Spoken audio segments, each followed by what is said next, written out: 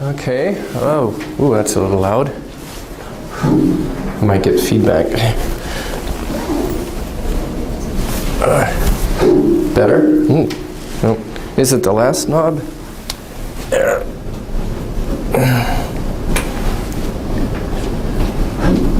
Better?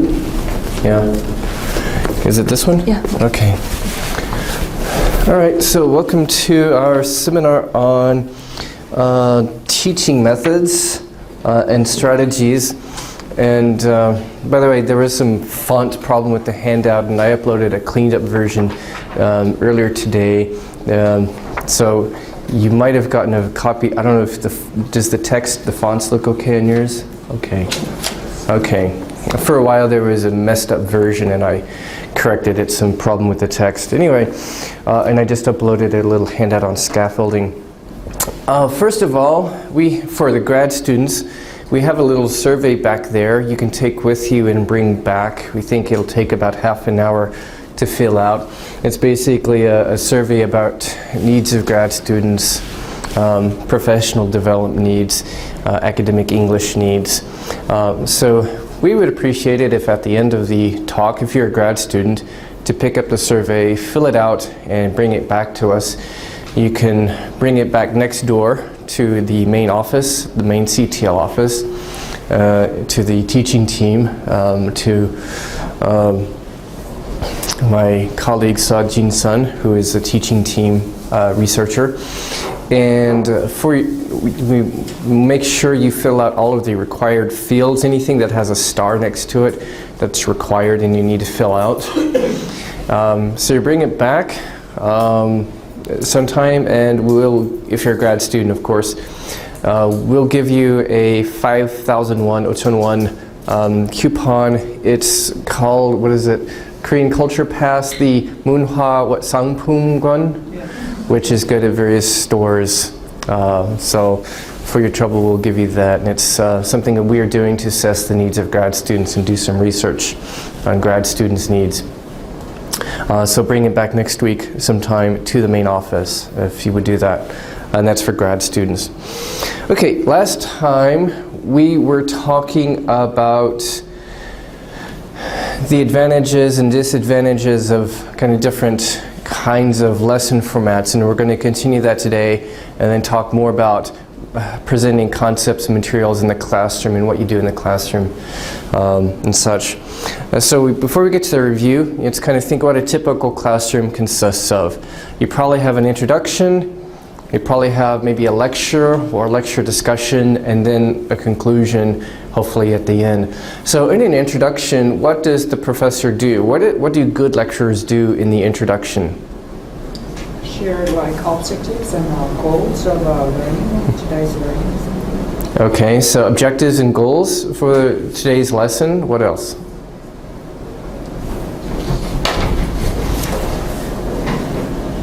Ask students what they want to. Well, do your professors ask the students what they want to learn? I usually do that. You do? Okay. That's certainly unusual. Okay. And that might work for maybe some classes that are more open-ended, maybe in some humanities classes, where we might say, what do you want to discuss in terms of this piece of literature we're looking at today? May be hard to do that in other kinds of courses. What else do you do in an introduction? So maybe we can review the what we learned in the previous class. Okay. Okay, so sometimes you might review or summarize what you did in the previous class and bridge or connect that to what you're going to talk about today. And make a connection between what last time we talked about blah blah blah, and today we're going to talk about blah blah blah, and you explain how today's topic is related, continues, follows from the previous topic. So a sort of a bridge.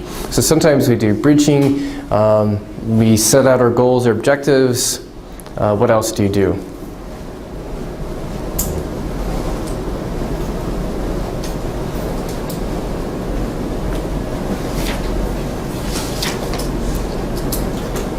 A good introduction also might have what?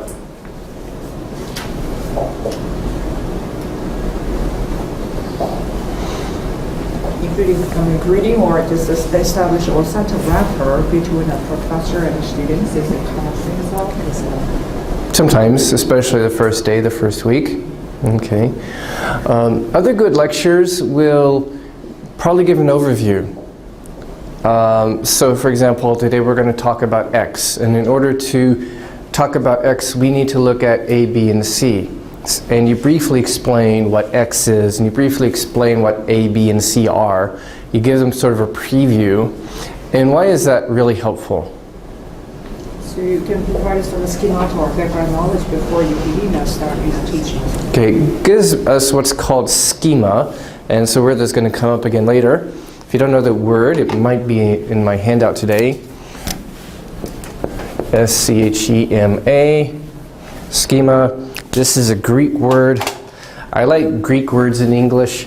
In Greek, that was pronounced schema, which I think sounds really cool in ancient Greek, schema. I like the ch sound that a lot of languages have that English is lacking, unfortunately. The schema is a Greek word for a framework or a skeleton. So you're giving students a kind of conceptual framework for what you're going to do that day. And that helps them to pay attention. It helps them to know what you're talking about. At any point in the lecture, they sort of have an idea of what you're talking about, where you're going to go, where you have been. So it helps them to follow the lecture or the flow of the class much more easily. If you give them sort of schema and outline, that's highly, highly recommended for lectures and presentations to give some sort of an overview of the class lesson. And other things might be some kind of a conceptual connection to the real life, some sort of maybe a cool lead-in where you connect today's topic with maybe a real-life example and such, either in the introduction or during the lecture. What about a conclusion? What is a good conclusion? Maybe the last minute of your lecture, your class period. What does an effective lecture do in that conclusion? It's review what we have learned so far. Because sometimes you kind of you summarize what you've learned today, and it helps them again to form that schema better, their conceptual knowledge of what they've learned. Because all of the knowledge you have in your brain is stored in the form of schemas, and you're helping them to form the schemas for what they've learned. Okay. Other things might be kind of like a take-home message, a take-home point. Why is this important? What's the core lesson from today's lesson? If I could say in one sentence, the one thing you need to remember from today's lecture, it's this. So a sort of wrap-up or take-home point. For introductions or conclusions, it's also helpful to give a rationale. Why are you learning this? Why are we spending a whole day of our lives learning about Maxwell's equations, or learning about metaphor in literature, or learning about connectionism in second language acquisition? Why are we doing this? Especially at the beginning of class, it's helpful if you give them a rationale. Why are we doing this today? Why are we learning this? Why do you need to know this? Why it's important either for your future career, or for the next lectures, the following lectures, or for the rest of your courses in the program, for your future research in this field, or something either in terms of what they're going to do in the rest of the course, or later in the program, in other courses, or after they leave the college and they go and do this stuff in the real world. Why do you need to know this? What's the application or the importance of this? So it helps to give students a rationale for what they're doing, what they're learning. So those are kind of key components of introductions, conclusions, and such. Now the middle stuff, that's kind of important. So we'll talk about what you do in the middle. Last time we talked about different types of lecture or lesson styles, classroom styles, the kind of general thing you do in the classroom. For example, we talked, and this is, I'm on the handout now, you have a traditional lecture or PowerPoint lecture. So what were advantages and disadvantages of a traditional lecture?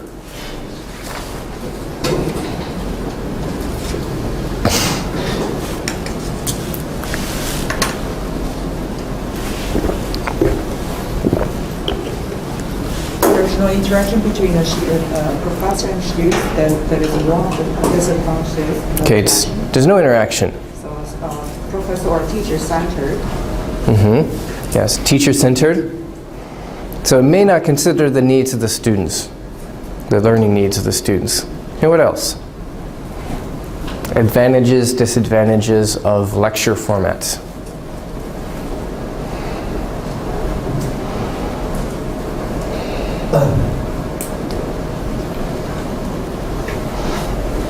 Do you like lectures? I think in traditional lecture, I pay attention more than it's a lecture. But I'm not sure because someone told me she can pay attention more in it's a lecture because it has visual material. But I prefer traditional lecture. Okay. When we talk about presentation methods later, we'll talk about this more. There is one danger with PowerPoint lectures. If you're just talking and looking at the PowerPoint for an hour and the students are looking at the PowerPoint, that kills interaction. That leads to sort of PowerPoint poisoning, which isn't very good. And a lot of professors don't know how to use PowerPoint properly.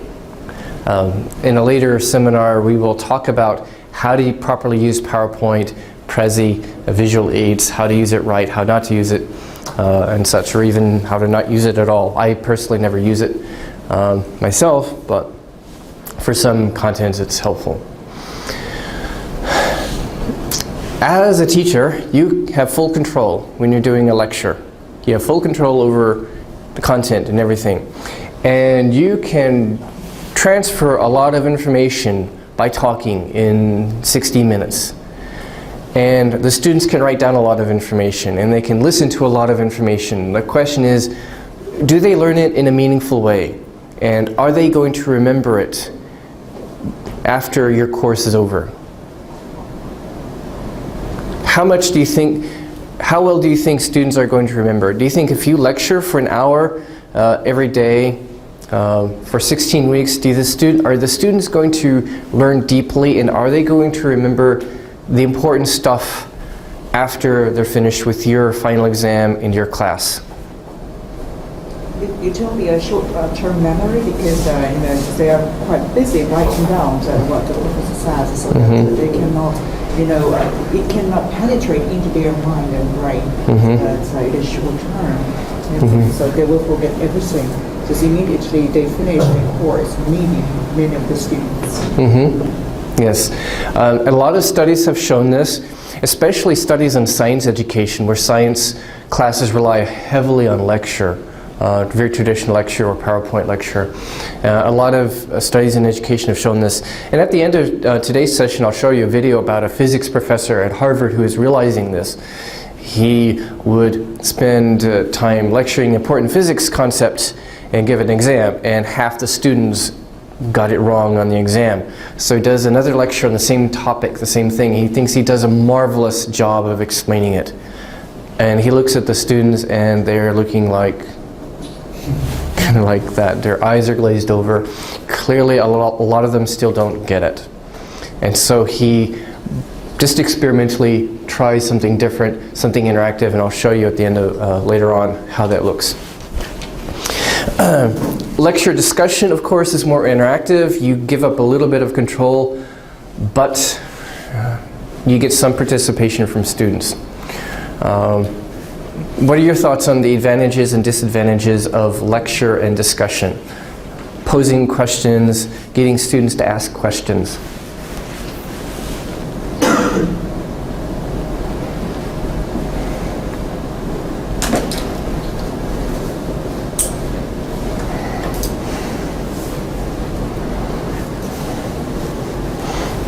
Your thoughts? Probably will make the student more active and participating in the lectures. Because more like think about the concept of the topic of the lectures. Okay. So the students are going to think more, going to be more involved, more interested. Okay. What else? some students who are, like fluent in English, whatever, they will be, dominant. And some other students, vice versa, because they are like empowered because they cannot express their opinions very well.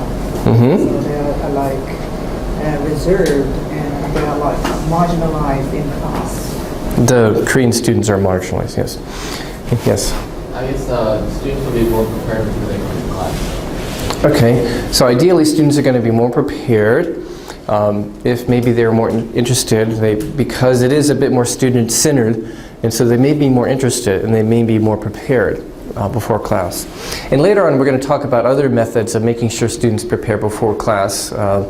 When we talk about assessment, one of the later sessions deals with assessment. That has to do with exams and also assignments, and there are kind of short assignments. We'll talk about how to do them that are creative ways of getting students to, say, do what they're supposed to do before class, like do their reading and such before class too. But we can come back to this point. Professors come to me for advice because it's kind of one of those things that is required for new professors. They're supposed to come to our center for certain services to improve their teaching, and one of them is a coaching session with me. And so when they come to me and I ask how things are going, a lot of them tell me this. They want to do lecture discussion. They want to get students more involved. They want to ask questions to students and get students to ask questions and get students to talk. But this is a problem. A lot of the Korean students don't want to talk. They don't want to answer questions, and they certainly don't want to ask questions. Why is that? Smart habit. Probably a tradition. Partly it's the tradition of the education system here, where you're supposed to basically sit and absorb knowledge like a sponge from the teacher. And your job traditionally is you be quiet and you just passively soak up knowledge, and I'm the teacher and I'm going to throw knowledge at you, and you just sit there quietly, take notes and absorb knowledge. And as we said, of course, that doesn't really work. Yes? Because they don't like show their self. Okay. And they don't want to different from anyone. Okay. So this Korean concern of chaemyeon, the sense of face, they don't want other classmates to know how poor their English is, or they think their English is poor and they're afraid of their classmates realizing how poor their English is, and maybe the professor. They don't want to be embarrassed, or they don't want to stick out and seem like a show-off because they have good English. Then there's also the kind of the Confucian respect system. If you're respectful, you don't say anything to the professor and you don't ask him or her questions in traditional culture. So the Korean students are going to be shy and quiet. The ones who are going to talk are those who have maybe been abroad, spent time abroad, and they've been enculturated to different education culture where students participate, or they're international students, exchange students, foreign students who have good English and they're used to participating in class. So how do you get the Koreans to talk in your class? Simply ask them questions. Sometimes, yes. Sometimes it works to call on them, but sometimes if I point to you and she'll like freeze up and they don't want to say anything. Like kind of like in American English we say it's kind of like a deer in the headlights. You know, if you're driving along the road at night and your headlight and there's a deer on or by the road, the deer is blinded by your headlights and the deer is just like that. And you get that kind of reaction from students because they don't want to talk and they're afraid. So as a teacher, what do you do? What do you think I tell these professors? Use incentives to the participation, especially to give the more partial on the grade systems, especially such as the 50% of the final grading depends on participation. Mm-hmm. Okay, so you can make participation part of the grading evaluation system. This is probably better, one, for either smaller classes where you know your students, or two, a language class where it's really, really important to participate, of course, and it's kind of easy to make that a participation grade component. Maybe 10%, typically 10%, maybe 20% if it's a language-related class. is participation, and you give them kind of criteria. Later on, when you talk about assessment, we'll talk more about how to do that kind of criteria for participation grading. Sometimes that works, yes? Yeah, but is it very different in other countries like America or? In the States, in some classes, it is normal, especially in humanities and social science courses, to make participation a component of your grade. By social science, I don't mean what Korean universities classify as social science, but what's universally recognized as social science: education, psychology, sociology, law, and things like that. It's not unusual. In language classes especially, it's very common. Maybe 10%, maybe 20% of your grade is participation. And in graduate seminars, certainly, that's a considerable part of your grade. Basically, Korean students tend to have a low self-esteem because, even though they can speak English well, but they think they cannot very well. So self-esteem is a problem. So affective factors are very important to students because of their reservedness. Yes, and if you're a shy Korean student and you think that your English is not good, and if I call on you, that's a threat to your self-esteem. It's a threat to your sense of chaemyeon. And those students just may not respond when you call on them. They may freeze up, or they might pretend to be sick, or leave the room, or you might scare them away, who knows. This is what I tell professors. This is a technique that can kind of train students to get used to this. Part of the problem is thinking of what to say, and then saying it and thinking of how to say it in English, and giving a chance to just develop and formulate what to say.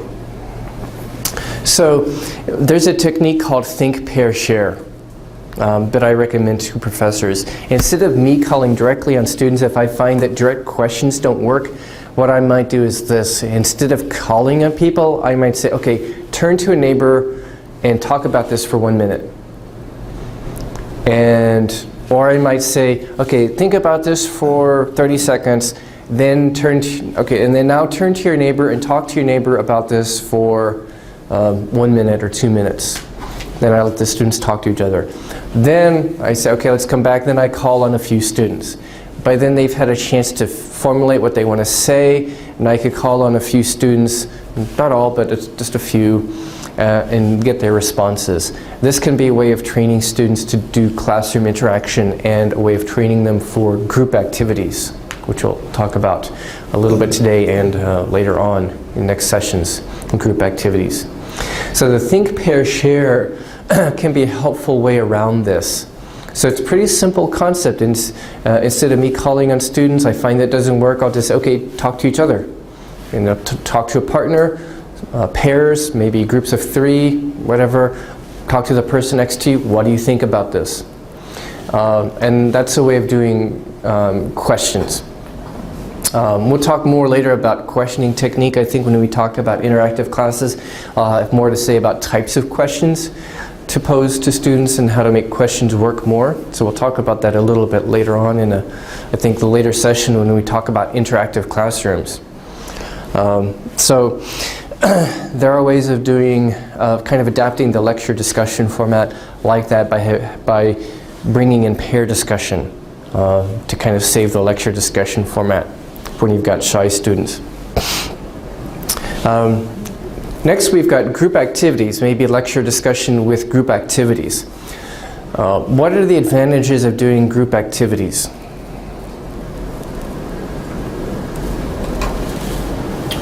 Much more interaction between the peers, and they can talk, and they can laugh. But the thing is that when I, just as a professor or teacher, approach each group, then they are silent. That's the problem actually. Is they don't want to show their independence, but among themselves they can talk. Okay, because hopefully as a teacher you're walking around and making sure they're staying on task and paying attention. Some of them might be afraid of you, but otherwise this can work if you know how to do groups. And later on we'll talk more in the future session about techniques for doing groups and group dynamics and what will be helpful to know about group dynamics to make groups work sometimes in different types of group activities. But the advantage is it gets students more involved, It's more interesting for the students. You have a lot less control, however. Things might go in a different way. With lecture discussion, things might go in a different way than what you plan. Especially when you're doing group activities, things might go in a different way. The advantage, though, is this might be better for the students and what they need, and it might be better for addressing what they don't understand. So there are certain advantages there. What else is good about group activities?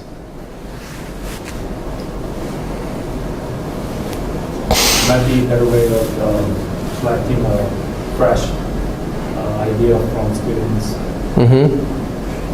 Okay, yes, you'll learn from their students' insights sometimes. That's true. And I find I do that.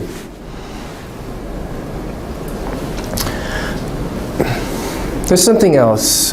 If I give you a problem or some data or some information, whether it's literary theory or if it's engineering or whatever, and I say, here, solve this. Here's some information, solve this problem. Talk to each other and solve this problem. We could do that, or I could just give you a lecture and walk through the steps, write it out on the whiteboard, and I'll explain in my own words how this works. Which one is going to lead to better understanding and better learning? If I make you figure something out, or if I just tell you how something works? So let students figure out something. They won't do it. She says it's better to let students figure out something. How many of you agree? Okay, why do you agree? I guess then the students will find their own way to solve the problem well. Whereas if the lecturers give out the solutions, then there's no point of students working on that. Okay. Okay, does anyone else agree or disagree? It depends on the case. Okay.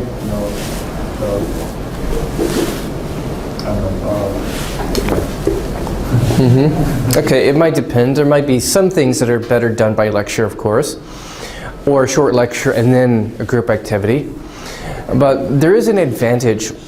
When you figure out something by yourself, or especially in a group, you are basically having to create the schema yourself, in other words, the knowledge. I'll talk about schemas in a few minutes and what those look like. But in psychology, there's an effect called the generation effect. Generation effect. And that means if you generate your own understanding, your own knowledge, that is, if you have to struggle with something and you generate an understanding as a result, you're generating your own schema, your own conceptual understanding of a problem or of a principle or whatever it is you're learning. You're generating your own understanding, your own conceptual knowledge, rather than me just pouring it into your head. Because if the lecturer just pours it into your head, often your understanding is superficial. And again, this has been shown by a lot of education research. The student's understanding from passive lecture, from passively listening to lecture, tends to be superficial. They're not really getting a deep conceptual understanding because they're just listening and processing it. And they'll just say, okay, yeah, I believe that. But if you have to struggle with something, and maybe in a group, especially figured out, you are generating your own conceptual understanding. Rather than me pouring it into your head and you getting just a superficial knowledge, you generate the understanding yourself through especially a group interaction. And so many times that generation effect leads to better understanding of the concepts and better retention. They understand it better. And this is why many education studies have shown that group problem-solving activities, for example, lead to better learning, a deeper understanding, and they also lead to better retention. That is, after the course, after the final exam, students still remember the stuff, the basic concepts better. I've heard, for example, just from biology teachers, we'll hear the physics professor later on, from the guy from Harvard on the video, from biology teachers who would say, we would teach this important biology concept, the next semester they've forgotten it. And they would say, you learned this last semester, okay, we have to reteach this again. This is not efficient, we have to reteach this, something you should have remembered from last semester. And they tried a different kind of group activity and voila, students remembered after the course was done. And we'll actually have fun with that biology activity at a future session. So those are some cognitive advantages of group learning. So yeah, you give up control. And yes, you cannot transfer as much information. With a lecture, you can transfer a lot of information, but what's the point? If they're going to forget all of that information, what was the point? So next on the handout, there's blended learning. That's when you combine maybe distance learning, like online learning, with a course lecture. I think that there's still research going on into how effective it is and whether or not it's really a good idea. I'm personally a little skeptical. I perhaps remember maybe one of the first experiments. We used to have TV courses. Before the internet, we had TV courses on through TV. So I remember I was a college student, and I took this combined French course. It was combined TV, a TV episode that was run by my junior college, and then a in-class component. And in that case, it didn't work well because it was the TV component was basically this French professor from Yale who was just speaking in French. There was no explanation in English, nothing to kind of scaffold or help you to learn.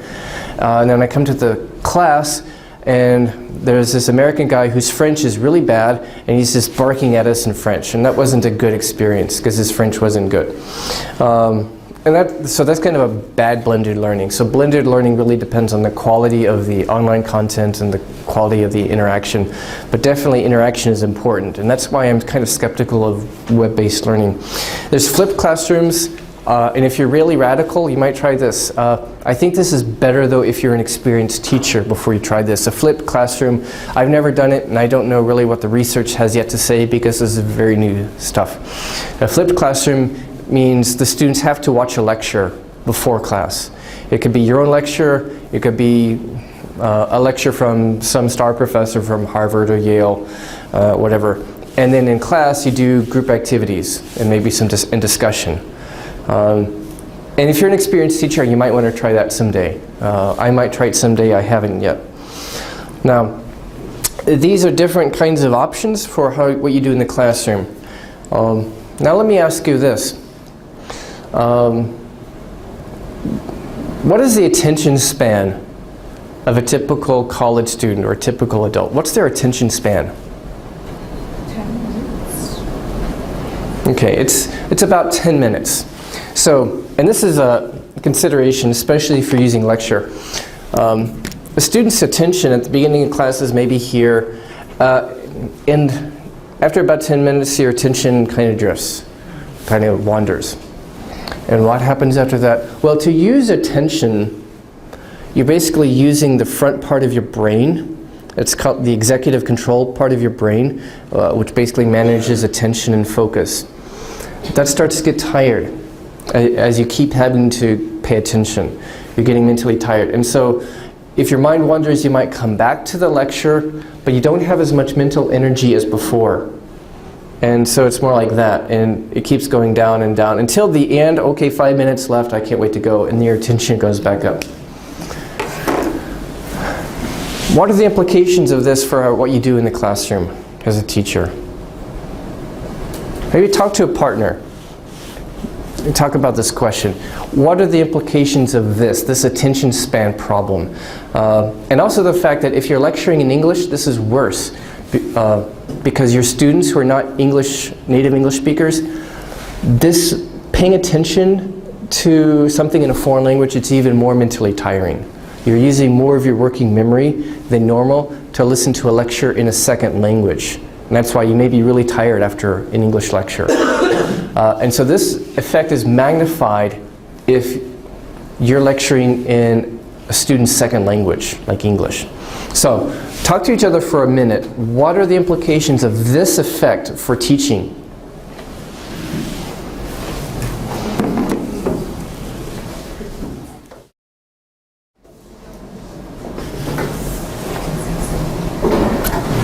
I haven't heard from over this side yet. What do you all think? What does this mean for ask questions to students or like showing them short, like Short videos.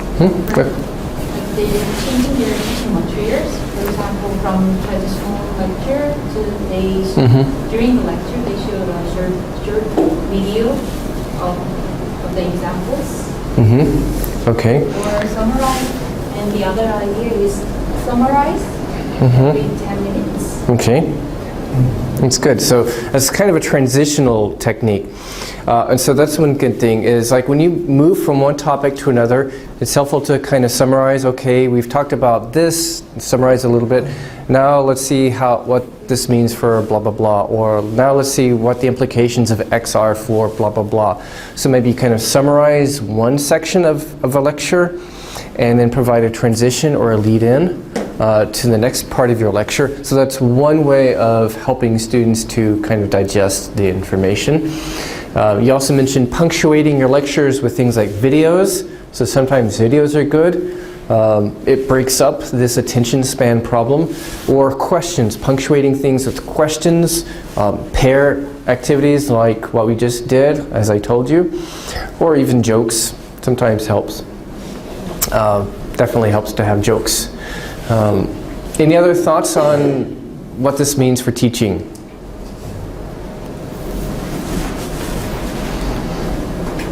Our groups think we can take a brief to the student and give some example, some fantastic example, and to bring the focus on this, or we can use different type of lecture, like the group set. From traditional lecture to PPT or some video Yes. or using. Yeah, and for using PowerPoint, it's good to limit the use of PowerPoint so the PowerPoint doesn't dominate your class, but use PowerPoint for just part of your lecture. Or you kind of go from lecture to lecture discussion to maybe group activities and back to lecture. Sometimes this kind of flow is good for keeping students from getting bored. Sometimes interesting things. Maybe I'll show you one example of something interesting. I have a few examples from physics and also humanities teaching. Let me cue one here. Have any of you heard of Walter Levin? Maybe you can turn out the light or one of the lights for a minute. I'll show you one video. If this, okay. This is a famous physics professor at MIT. This is a promo video, but they're going to zoom in and show you what he does in class. He's lecturing, but look at what he does along with his lectures. If I join the ball, and I swing down with the ball, then you should get that same cue. Or should you not? I'm asking you a question before we do this awful experiment. You count. Oh, my expectations are high. I want to hear you out. You ready for this? Yeah. 3, 2, 1. And here is the teamwork of an elephant.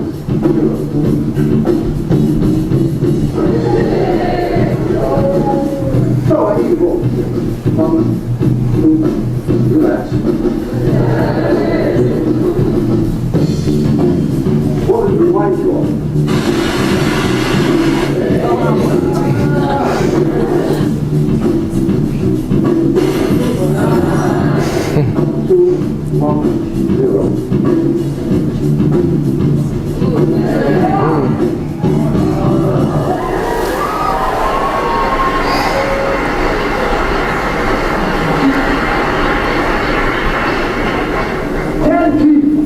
With Walter Lewis,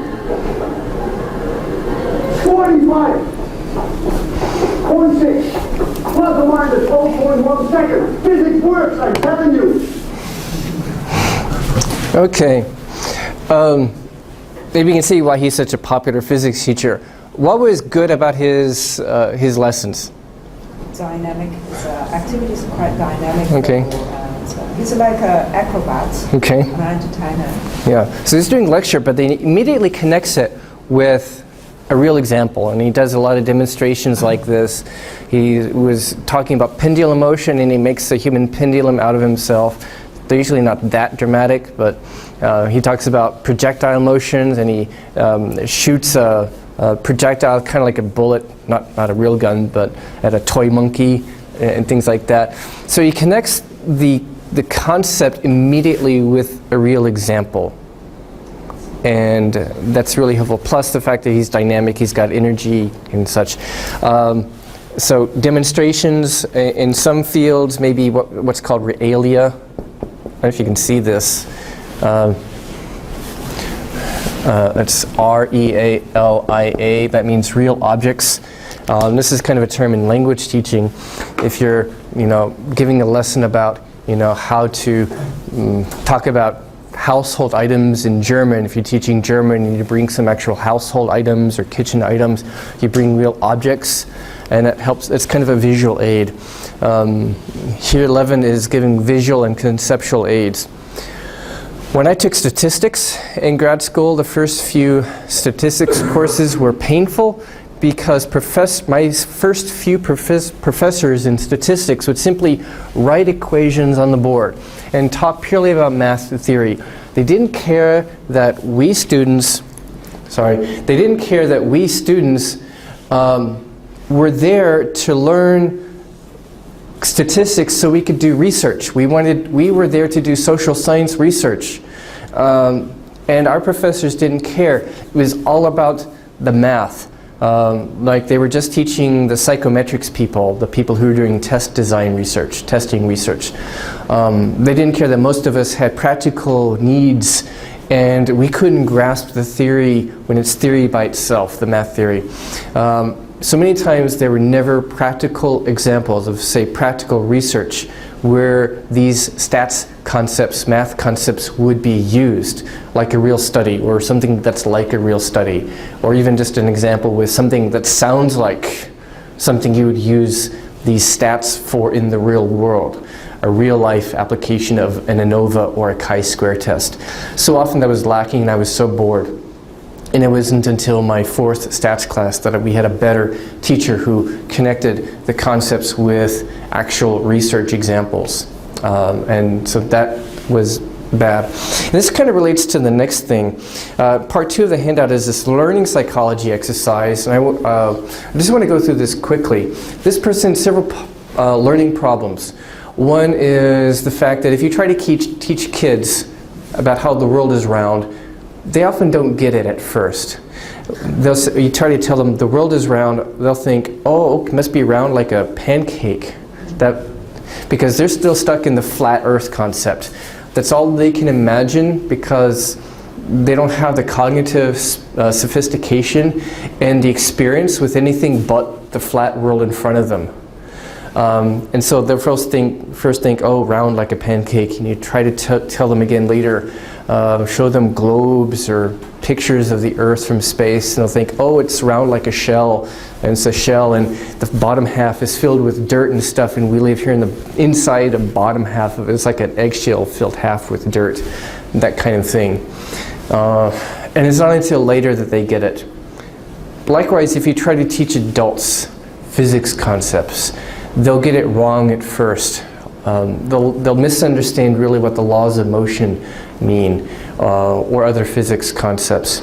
And it's also related to the problem of language learning. So many Koreans try to learn English by memorizing words and grammar rules.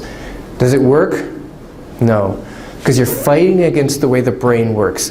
The brain is going to dump out most of that stuff.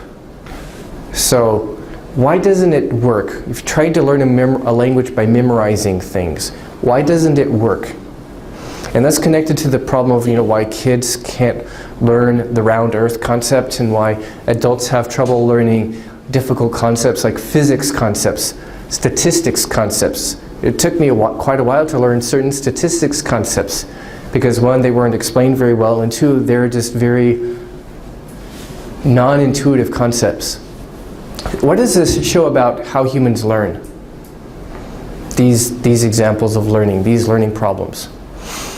They connect what they've learned with like practical matter or real things that they can actually experience or grasp. Okay.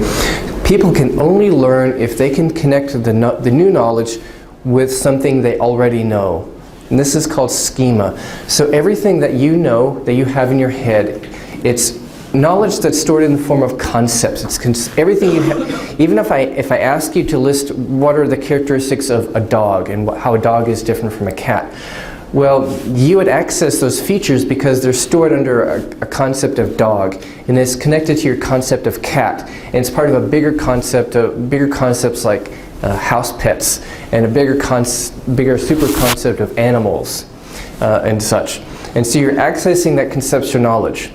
And so kids who have a very limited knowledge of the world, they don't have enough pre-existing knowledge to really connect this new, very, very different concept that the Earth is actually round and we stand on the outside of it and we're spinning 60,000 kilometers an hour through space. They can't get it. They don't have enough background knowledge or schema, so they can't incorporate this into their new schema. They can't make a new schema because they don't have anything to build from. And likewise, if you're just trying to memorize English and try to pour words into your brain, first of all, the knowledge is coming in randomly. It's not connected to each other. It's just random words. There's no connection, or at best a superficial connection, like these are biology terms in English. Well, that's not enough. Just the fact that they're thematically connected. You need more depth, a lot more context. And then the brain needs to be able to see the connections between all of these bits coming in and connected to what you already know. And if you're pouring in a lot of words, a lot of stuff you're trying to memorize, it doesn't work. The brain cannot learn that way. You're fighting against the way your brain is designed to work, and your brain is going to push out most of that stuff, either within a few minutes or a few hours or after you take the TOEFL exam. Your brain is going to dump most of that information out again, and you forget it. So that doesn't work. There's no context. To learn new words in a new language, you need a lot of context. You need to understand, you need context to help you understand really what the words mean, how they're used, in what context they're used, in what kind of sentences they're used, what kind of verbs are used with what kind of nouns in English. This kind of verb works with this kind of noun, and vice versa. And you need the context to help you remember, to provide you because it's important for remembering things. The context is important. Likewise, when you do group work, when you as students do group work, the social activity is providing a context also. It's providing a social context which forms stronger memories. So you're forming deeper understanding of the concepts, plus it's connected with a social memory and a memory for an event. You will remember learning this concept in a group activity in this particular classroom. And it's not just the knowledge, the concept, but the event that's connected with it, which is also enhanced by the social experience. All of these things enhance the schema formation because they enhance the formation of concepts and schemas because there's more connections. The schemas basically consist of different kinds of connections. The concepts, the bits of information in the concept, maybe the features, these are the features or characteristics of a dog, or the features of Einstein's special theory of relativity, or whatever. You're forming connections. And so if you're trying to teach way up here and the students are not ready for it, you're leaving them behind. They cannot connect. And so in education we talk about breaking up all of the new knowledge into smaller bits that help them to digest it, and we call it scaffolding. That's kind of a concept from like building scaffolding. It's a support structure. It helps the workers build a building. Well, as teachers, we provide scaffolding. And that's kind of a vague term. It basically refers to any way of breaking up knowledge and making it more digestible. And there's an extra handout I put up on the website this morning on scaffolding. Just a few ideas of mine. There are probably many other things you could call scaffolding. One is if you just break knowledge up, instead of giving a big 60-minute lecture on something that's complex and abstract, you break it up. do 10 minutes of lecture, and then 10 minutes where the students do some kind of a group activity, solving a problem or working on a problem related to that bit. Then you come back and lecture on more of it, and then an activity, a problem-solving activity. You break it up. Instead of explaining everything at once, break it up into smaller bits, explain a bit, and then have students practice a bit, and then explain more. In terms of the language, it may mean speaking slower. Sometimes I have too much coffee and I talk too fast, I know. Speaking more slowly, maybe hyper carefully. Sometimes pauses, because when you make pauses, sometimes I do that well, sometimes I've had too much coffee and I don't pause. But making pauses between sentences gives, in a second language, gives your students a little more time to process what you say, because at the end of each sentence, the brain processes that stuff and integrates that into your current schema, the current schema you're building right now for listening to my lecture. Right now, you're constructing a schema for the content of my lecture. And it's a little better if I pause so you have a second to process each sentence and then incorporate the meaning of that into your current schema. The same is true for reading. When you read something, you're building a schema for what you're reading at that moment. And it's connected to all of your other related schemas. And there's some other linguistic schemas in my handout. Other things, like I said, real examples, real actual examples. Let me show you another one. This is from a Hollywood movie. Movie from the 90s. I had trouble finding this. This is not a very well-known movie anymore. A Mirror Has Two Faces. This is about a physics professor. This is a movie. It's a physics professor who's really boring, but he starts to make connections. So here's the professor at home watching a baseball game and it's a romantic comedy about this boring professor and another professor whom he's dating. Well, every time a player comes up, they flash like a 3-digit number. And that's the player's average. That is how many times he hits the ball in ratio to how many times he comes up with that. Now, which number is it? The second derivative of the function f with respect So to the very... here's in his class, he's being a typical boring teacher like he usually is. Students are sleepy. Anybody see the game yesterday? That Marrakesh with a bomb, huh? Let me try putting this another way. When measuring trajectories, if a batter hits a ball, how do we determine how far that ball will go? What are the variables needed to hit a home run? Pretending for a moment that the ball could hit a home run. The velocity with which the ball leaves the bat? The velocity, correct. I have a question. Does a rising fastball really rise? I don't know. I'll have to ask my wife. I couldn't know. Okay. So suddenly he goes from really boring physics teacher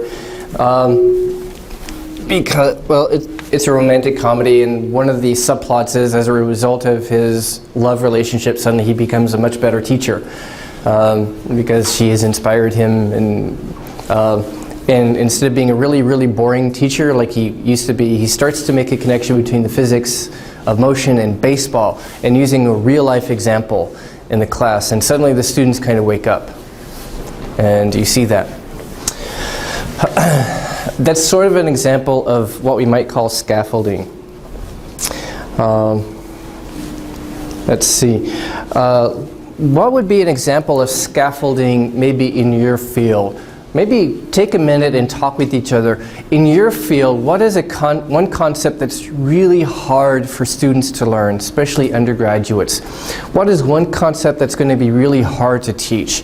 And how would you scaffold that? See if you can come up with an idea for how to scaffold it. Some way of simplifying it, providing an example, or just a better way of explaining it than what you learned from your professors. So maybe talk to each other for a minute, see if you can come up with one example of what scaffolding might look like, a way of explaining something more easily to students to help them better grasp and make connections. Increasing, so that's a good sign. We've been talking about some science examples, and we'll come back actually and watch this guy in a minute, this physics professor from Harvard, and how he discovered group learning. One type of group learning, he calls it peer instruction, but we haven't talked about humanities. Did you come up with an idea for scaffolding in humanities? When I teach like literary theory or like symbolism or realism, surrealism, it's difficult to make students understand the concept itself, the definition. So I give the example of poems with same topic, with those poems describing love by symbolism writers, modelism writers. By giving example, they understand. Yeah, and you even find examples from pop culture, by the way, of some of these poetic and artistic kind of motifs like surrealism. I can even think of some really old Warner Brothers cartoons where they play with reality, and that's a good example of surrealism. But from the education literature, let me give you a good example of scaffolding in literature. So often when they teach, say, literary classics, it's often kind of removed from the present reality. Yeah, it's cool to analyze the language and literary symbols and say Beowulf or Shakespeare, but oftentimes these stories are written, about, we vaguely call the human condition. Well, what does that mean? Well, imagine if you're teaching Hamlet, Shakespeare's Hamlet. I think this is Hamlet. Instead of just talking about Hamlet and how it was old 4 centuries ago in Italy, and okay, it's helpful to talk about the historical background, but it's also helpful to make it real to people. So you might start out, before even talking about Hamlet and Shakespeare in 16th century Italy, why not do this? Pose a question to your students like this. Imagine your father is a CEO of a big company in Korea, and he suddenly dies under mysterious circumstances. And then one of the board members suddenly marries your mother, who's a widow, and he becomes the CEO of the company. How would you feel? Okay. And you would probably get some reactions from your students about how weird and strange and suspicious that would feel. Well, that's kind of the mood that Shakespeare is establishing at the beginning of Hamlet. All the intrigue and suspicion and strange things are going on, and plotting and conspiracy and all the moral issues. And so Shakespeare plays are really fascinating because of the moral issues they raise. Well, why not connect it to present reality and present life? And that's a type of scaffolding. So that's a couple of humanities examples. Now let's go back to the sciences. We're going to look at this guy. So this kind of idea of group learning, there are different kinds of group activities, and in a later session we're actually going to talk about different kinds of group activities. And also in a later session later on in the EAP section, we're going to talk about lecture presentation methods, methods of presenting in your information, the vocal delivery and organizing and all that. What this guy is doing here is one kind of group technique. They call it peer instruction. Basically, the students are sort of teaching each other. Of course, it's under the professor's guidance. So he's going to lecture. He used to just lecture and realize the students weren't really learning. And he switched to this alternative model where he lectures a bit, but then he'll give a problem to the students, and it'll be a physics problem, and he'll give 3 choices, A, B, or C. And what's the right answer? And the students in groups have to not only decide what's the right answer, but why. Because maybe one person has the right answer and they have to convince the others in their group why this is the right answer. This makes students explain the concepts to each other. In the process of explaining to each other makes them develop the schemas, it makes them generate the knowledge, it makes them understand things. So this is a little video about his journey from traditional lecture to interactive lecture. He discovered that students in his introductory physics course were passing exams without having understood the fundamental concepts he was trying to teach. In response to this problem, Professor Mazur developed a variety of interactive techniques linked to each other in ways that help his students learn basic concepts far better than before. Requiring students to read, think, and reflect before the lecture is the first step in Professor Mazur's interactive process. He also uses the course website to monitor their learning and communicate with his students. I don't go into the classroom lecturing on what I think they need. No, they tell me what it is that they want me to cover. It was helpful for Professor Mazur to answer those questions that we had. And sometimes, like, it didn't feel embarrassing at all if he addressed your specific question because the whole thing was anonymous. So the idea is to teach by questioning rather than telling. I will talk a few minutes and then put on the overhead projector a question. And then I tell them to take a minute to think about it. They think about it. And after they've thought about it, I need to get some feedback on their answers. So turn to your neighbor and see if you can convince one another of the correct choice.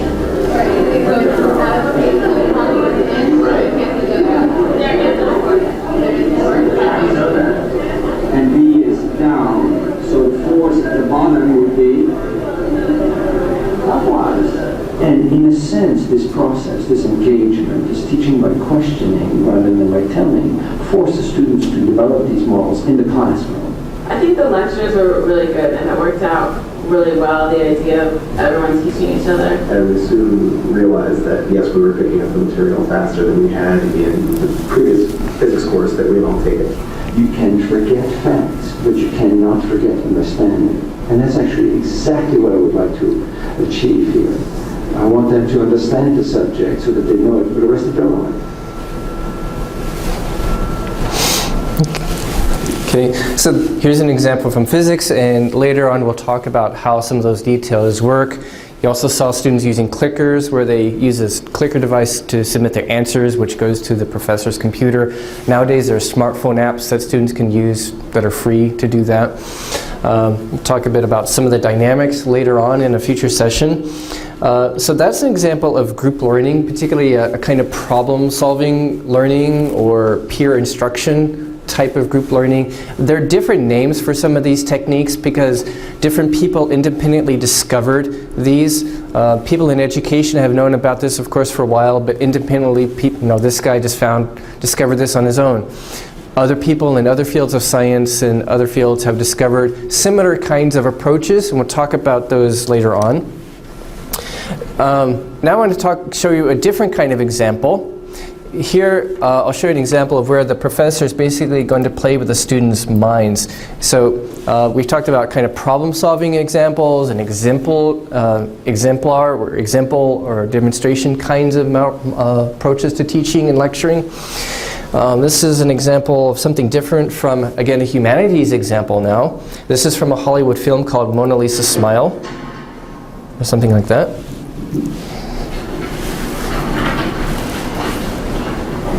Art class. What is that? You tell me. Carcass by Soutine, 1925. Dead animal. It's all on syllabus. No, it's not. Is it any good?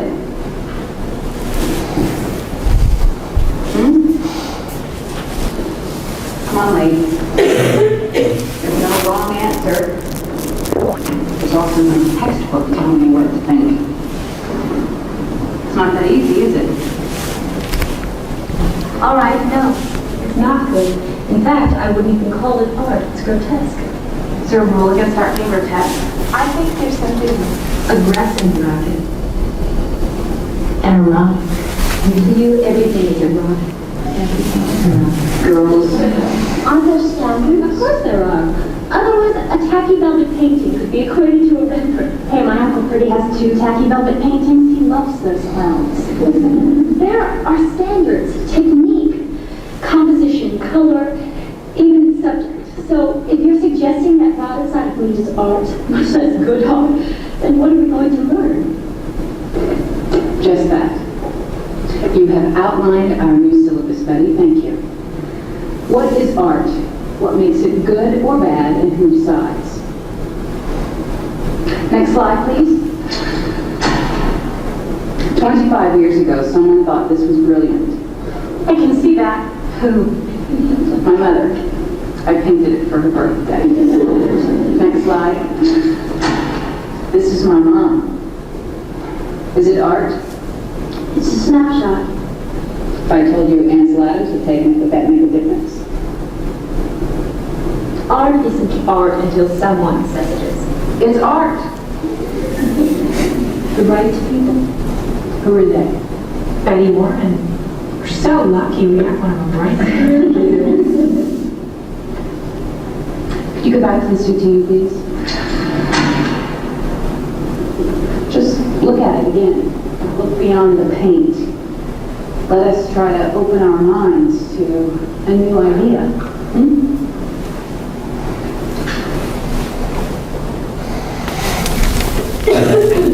Okay, what is this professor doing? Interacting with students. Okay, she's interacting. She's posing questions and provoking students to think and to say something. She's posing provocative questions, and not in this case it's more open-ended. There's not necessarily a right or wrong answer, and it doesn't have to be completely open-ended questions, but it's getting students to think, and it's challenging their assumptions. And anything else that you see that she's doing? The teacher wants to respond from a student to what's a concept of art. Yeah, so she's challenging some of the basic concepts. And so she's giving, in this case, something deliberately provocative. It doesn't mean that she thinks that that dead animal is art. Maybe she does, maybe she doesn't. That's not the point. She's challenging basic assumptions. And so basically she is providing them a challenge. And it's the process of discussing a challenge. Here she's doing it as a large group, a whole class. And that might work because here there are maybe, I don't know, less than 50 students. You could do the same thing in smaller groups. And so sometimes I've given students information about a controversy. Here's a controversy in the field. These people say this.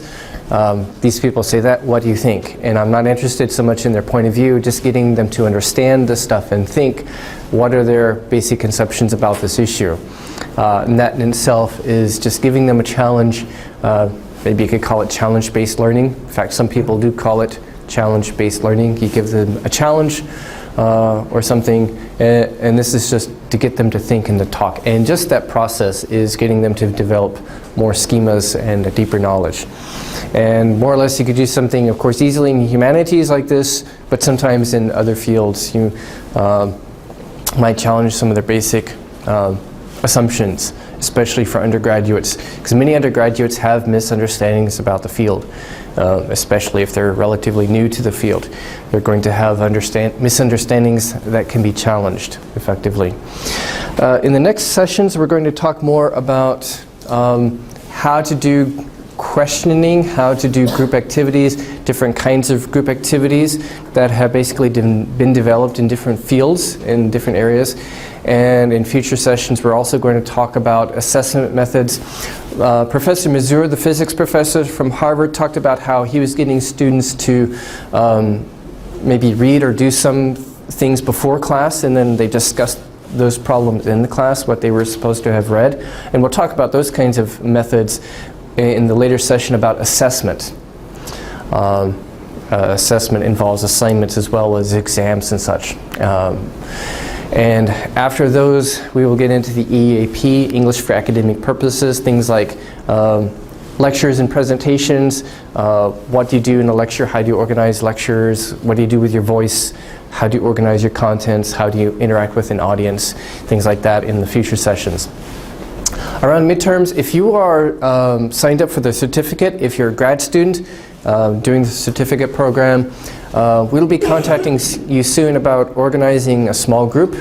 That's going to be like a session of 6 or 8 of us in the conference room next door, and I'm going to ask you to bring maybe a draft version of your CV And we're going to do kind of a group activity with that, with your CV, and if possible, maybe a conference proposal. Maybe you haven't done it yet. Well, this is a good chance just to practice. Write up a sample conference proposal for something you might want to do at a conference, even if it's kind of a hypothetical.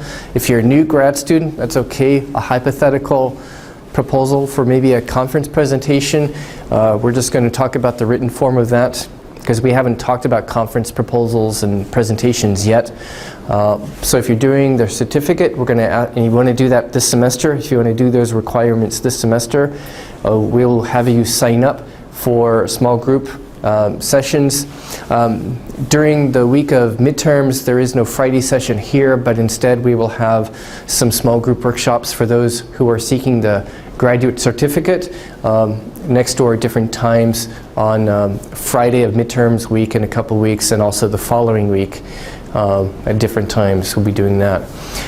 And again, if you're a grad student, at the back there is a survey we would like you to fill out and bring back later, and you get an Ochanwan certificate, gift certificate for that survey. If you're a grad student, be sure to fill out all the required fields in that form. That's for our research purposes. So thank you, and see you next week, hopefully. Thank you.